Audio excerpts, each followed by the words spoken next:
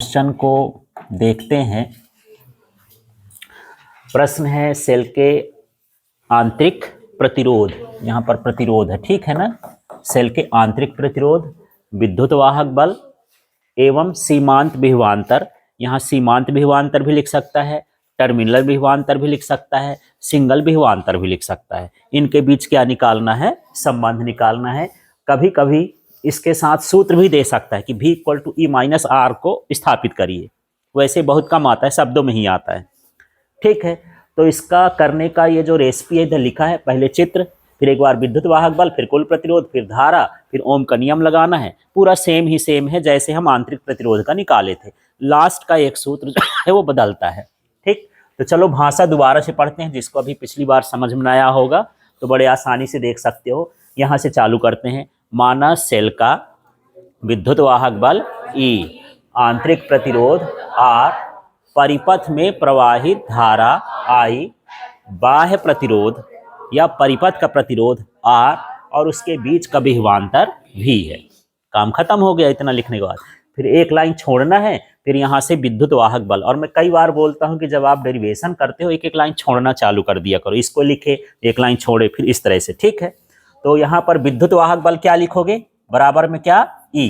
यहाँ हिंदी में क्या रहेगा? विद्युत वाहक बल, ठीक है। अब इसके बाद सेल का विद्युत वाहक बल, इसके बाद क्या हो जाएगा अगला? हाँ, कुल प्रतिरोध। तो कुल प्रतिरोध क्या हो जाएगा? ये कैपिटल आर और स्मॉल आर, इनको जोड़ देना है तो ये हो जाएगा, ठीक है। इधर हिंदी भी लिखना है। फिर इसके बाद क्या है? धारा। तो धारा वाला सूत्र ऐसे लिख देना है पहले हिंदी से कि धारा बराबर क्या हो जाएगा? विद्युत वाहक बल और बटे में कुल प्रतिरोध। धारा को किससे लेंगे?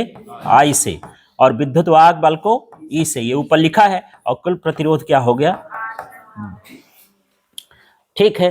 फिर अगले स्टेप में जब आपको ध्यान नहीं रहता तो इधर इसीलिए मैं लिख देता हूं कि यहां पर आप देखो। फिर क्या लिखा है? ओम का नियम। तो ओम का नियम क्या होता है? यहां लिख देंगे ओम के नियम से V इक्वल टू क्या होता है? IR। अब यहां पर बदलना नहीं, V का यहां पर मान रखना है, ठीक है। थोड़ा एक स्टेप यहां पर और बढ़ाता हूं, देखना। इसको मैं इधर भेजूंगा तो ऐसा हो जाएगा I और इस कोष्टक में R प्लस R और बराबर क्या हो गया? E। ऐसा हो जाएगा। ये जो बटे का है इधर पक्षांतर कर दिया हूं। अब इसका कोष्टक खोलेंगे तो I का दोनों में गुणा हो जाएगा तो क्या हो जाएगा? IR और यहां I स्मॉल r और ये हो गया E। I दोनों के साथ आ गया। फिर ओम का नियम लगाओगे तो यहां IR और यहां भी IR, देख रहे हो ये और ये। तो IR का मान क्या हो गया? V हो गया। तो यहां पर मान रखने पर, या ऐसे भी कर सकते हो, समीकरण 1 2 भी बना सकते हो, आपकी मर्जी है कि ये समीकरण 1 है, समीकरण 2 है, समीकरण 1 में 2 का मान रखने पर, या इसको बगल में भी लिख सकते हैं, आपकी मर्जी, ठीक है। तो IR की जगह मुझे अब क्या लिखना है? V। तो क्या बनेगा? V प्लस और जा, हाँ, IR और बराबर क्या हो गया? E। तो V इक्वल टू इसका पक्षांतर कर देंगे ऐसे।